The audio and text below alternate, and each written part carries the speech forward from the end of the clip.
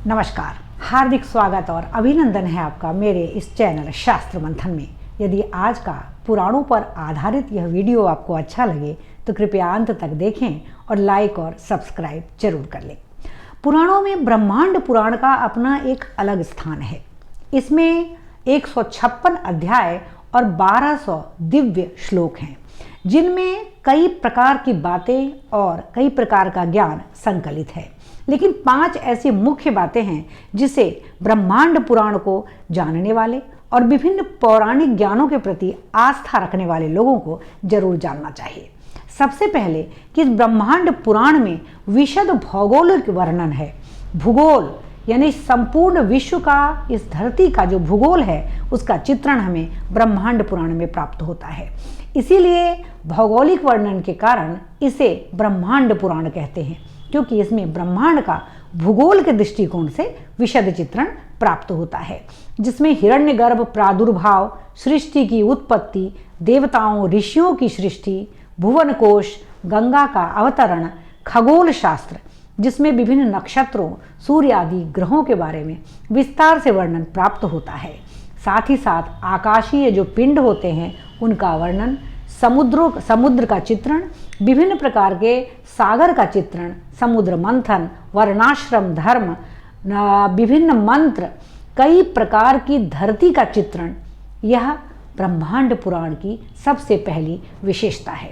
यदि हमें इस धरती का, इस विश्व का भूगोल जानना है तो ब्रह्मांड पुराण हमें पढ़ना चाहिए।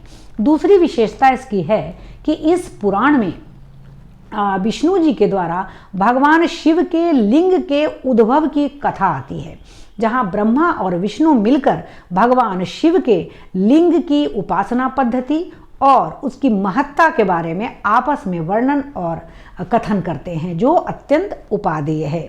जहां ऐसे व्यक्ति जो शैव हैं और लिंगोपासना से जुड़े हैं, उन्हें ब्रह्मांड पुराण अवश्य पढ़ना चाहिए। तीसरी प्रमुख विशेषता ब्रह्मांड पुराण की यह है कि उसके मध्य भाग में, जो 3 भाग में बटा हुआ है, पूर्व भाग, मध्य भाग और उत्तर भाग, तो उसमें से पूर्व भाग में भौगोलिक चित्रण है, मध्य भाग में हमें प्राप्त होता है श्राद्ध संबंधी विषय।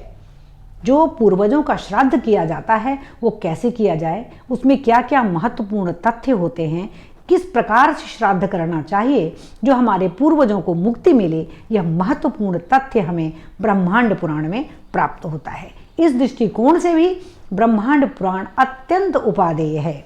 और साथ ही साथ इसमें सूर्य और चंद्रवंशीय राजाओं का चित्रण और विभिन्न प्रकार के वृतांत हैं जो श्राद्ध के संबंध में आए हैं।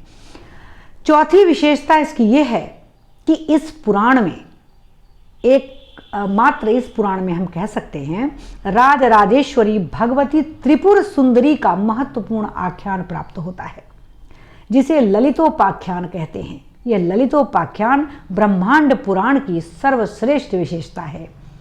साथ ही साथ इसमें हयग्रीव और अगस्त के संवाद के रूप में वर्णित भंड आदि असुरों के विनाश के लिए तथा देवताओं को अभय प्रदान करने के लिए माँ ललिता ने जो अपना स्वरूप धारण किया और सभी देवताओं को दानवों से मुक्त किया, इसके बारे में बहुत ही विस्तार से ललितोपाख्यान में चित्रण प्राप्त होता है।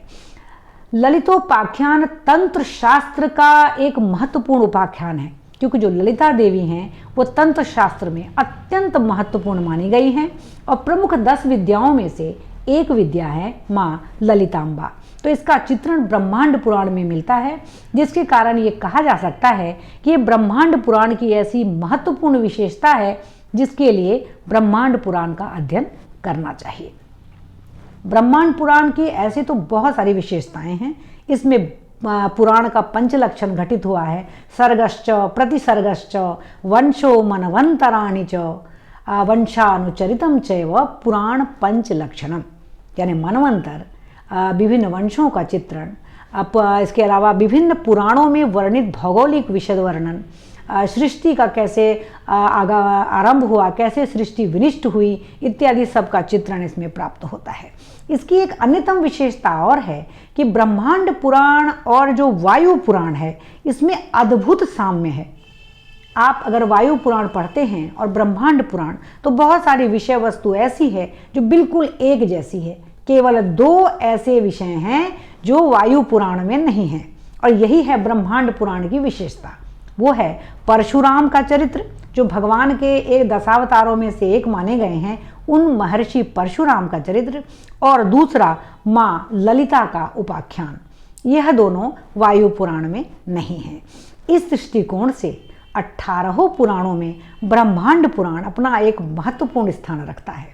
तो भौगोलिक दृष्टिकोण से, यानी भौगोलिक परिदृश्य की जानकारी के लिए, श्राद्ध संबंधी विभिन्न आचार व्यवहार के लिए, भगवती ललिता अम्बा की पूजा पद्धति और उनकी उपासना पद्धति से जुड़ने के लिए, तंत्र विधान से जुड़ने के लिए, और साथ ही साथ परशुराम चरित्र के लिए, और राजराजेश्वरी अन्य भगवती देवी के विभिन्न अवतारों के लिए, और इसके अलावा जो है तंत्र शास्त्र और विभिन्न मंत्रादि के चित्रण के साथ साथ माँ गंगा की कथा के लिए भी ब्रह्मांड पुराण से जुड़ना चाहिए।